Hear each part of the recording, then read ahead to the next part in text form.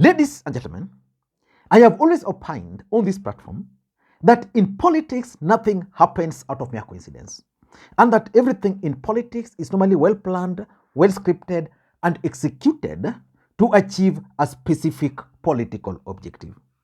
Nothing in politics just happens for the sake of it.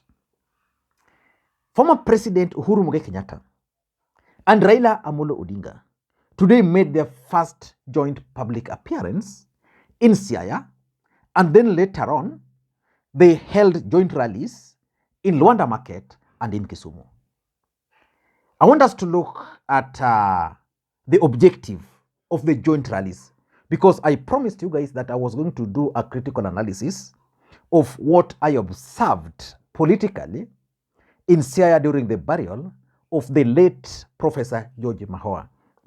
I've actually done the analysis, but it's taking a bit of time to edit because I'm bringing a few videos here and there. So for now, I want us to look at the joint rallies which Uhuru and Raila made in Luanda Market and also in Kisumu. Let me just, before we proceed, let me just play for you this clip. Na nimefurahi kwa sababu wakati tulifungua hakukuwa watu. Sasa jameni, soko imejaa. Just listen. Hii ni furaha yangu. Hii tunamshukuru Mwenyezi Mungu. Na hii ndio kazi ambayo tunataka iendelee. Ama namna gani? Si ni hivyo? Ya pili. Good. Mimi mnajua sasa nimestaafu, si ni kweli? Mimi nimestaafu, niko retired but I am not tired. Yeah. Tunaelewana? Just pay attention. Yeah, I am retired but not. Ama ni namna gani?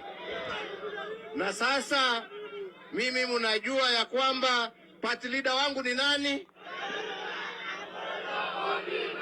Mimi sikusikia hiyo. Sikia. Party leader wangu ni nani? Hapana. Sikusikia sana.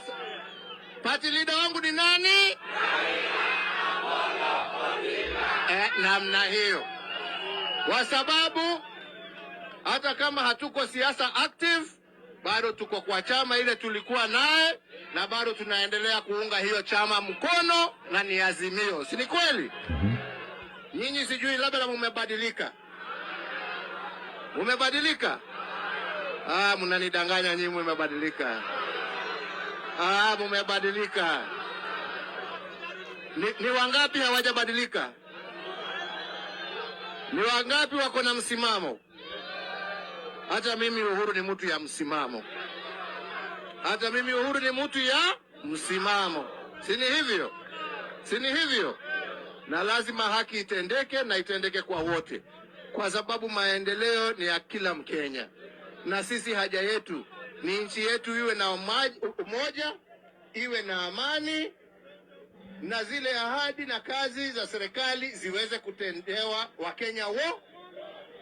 Si ni hivyo? Tumekubaliana. Sasa kwa sababu vile mimi nimesema mimi nimestaafu, mtakuwa mnanialika hapa kukula samaki. Tuje tutembee pamoja, tunafanya harambee ya kanisa, tunafanya harambee ya shule. Mimi nafuata mzee huko, nikasikia vile anaendelea, mimi nasimama nyuma yake, sasa yeye ndio ako mbele. Ama ni namna gani? Si ni hivyo? Okay, let's just end it there. Now, from that particular speech, it is very clear that this joint rally was intended to achieve a specific political objective.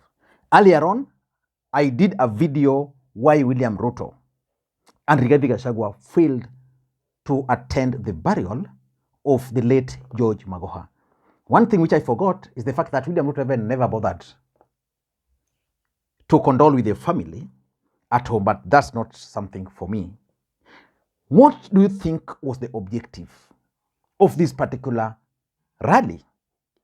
Uhuru Kenyatta had the same message in Luanda, the same message in Kisumu. What do you think was the objective? For me, I have 6 objectives, but before we do that, in case you're watching this channel for the first time, please take a second or two, click that subscribe button so that next time we produce a video like this, YouTube will automatically notify you. And to the subscribers, I want to continue thanking you guys for your continued support, because without that support, this channel cannot be where it is now. I want to thank Gregory Makwata for the coffee. I've just received it a few minutes ago. I want to thank you.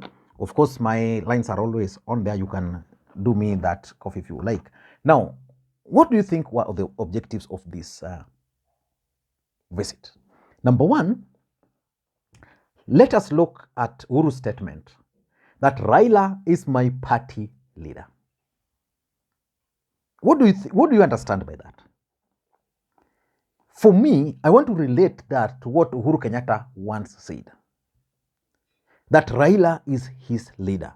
This time around, is just being careful, and he added party. So for me, my understanding is that Uhuru Kenyatta is actually recognizing Raila Amolo Odinga as his leader.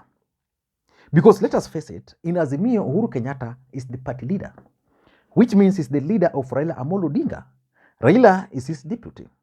Unless Uhuru Kenyatta is telling Kenyans that he's now going to take a backseat and let Raila Odinga be the party leader of Azimio. And what is this thing about Jubilee, in which members of parliament are leaving him?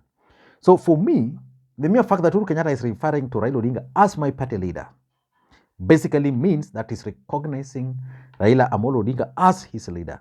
Uhuru Kenyatta, in my view, is not recognizing the election of William Arap Ruto as the 5th president of the Republic of Kenya. It's only that he's being diplomatic. He can't just say it. Like Babu Owino would have said it if Uhuru were Babu. He would have said it. If Uhuru were my friend Ledamo Lekina, he would have said it that way. If he were Wajakoya, akishavuta ile kitu yake, probably would have said it. But Uhuru, I think, is being guided on what to say. So he's not talking directly, but he's just acknowledging Raila Odinga as his party leader. That's number two. About Uhuru Kenyatta's retirement. Uhuru Kenyatta is very clear that he's not going to retire. Uhuru Kenyatta is going to be here.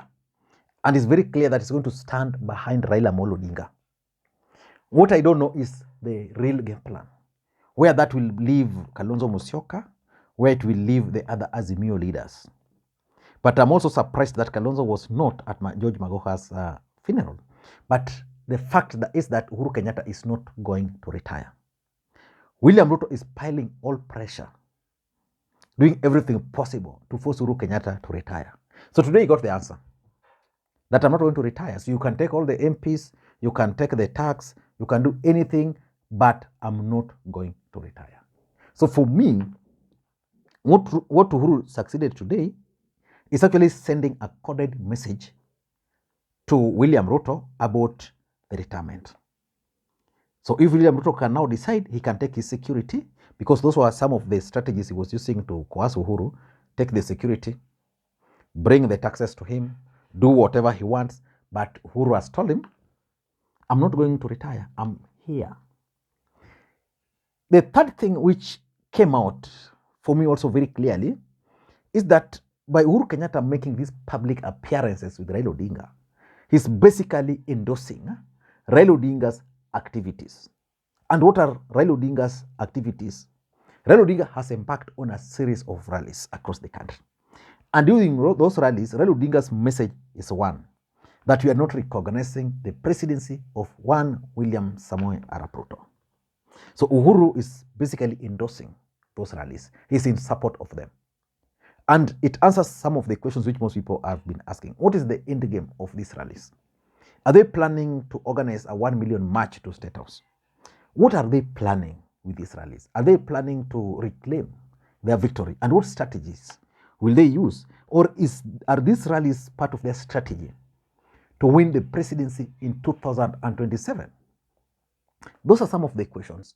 But it is now clear that Uhuru is endorsing Raila Odinga's activities. So these political rallies will not end. If someone had hoped that Uhuru was going to prevail on Raila, they're not going to end anytime soon. And you know, Uhuru has the money. So probably because these guys were accusing him of sponsoring, maybe William Ruto also is the president of the Republic of Kenya. Maybe they know what they say. When they say that Uhuru is sponsoring these rallies, because Uhuru is confirming that he's actually behind these activities by Raila Amolo Odinga. Number 5, in my view, is that it answers, actually number 4, it answers the questions about the game plan. What is Uhuru's game plan? What is Raila Odinga's game plan? What do you think is their game plan? In my view, these guys have a game plan, and their game plan is very clear.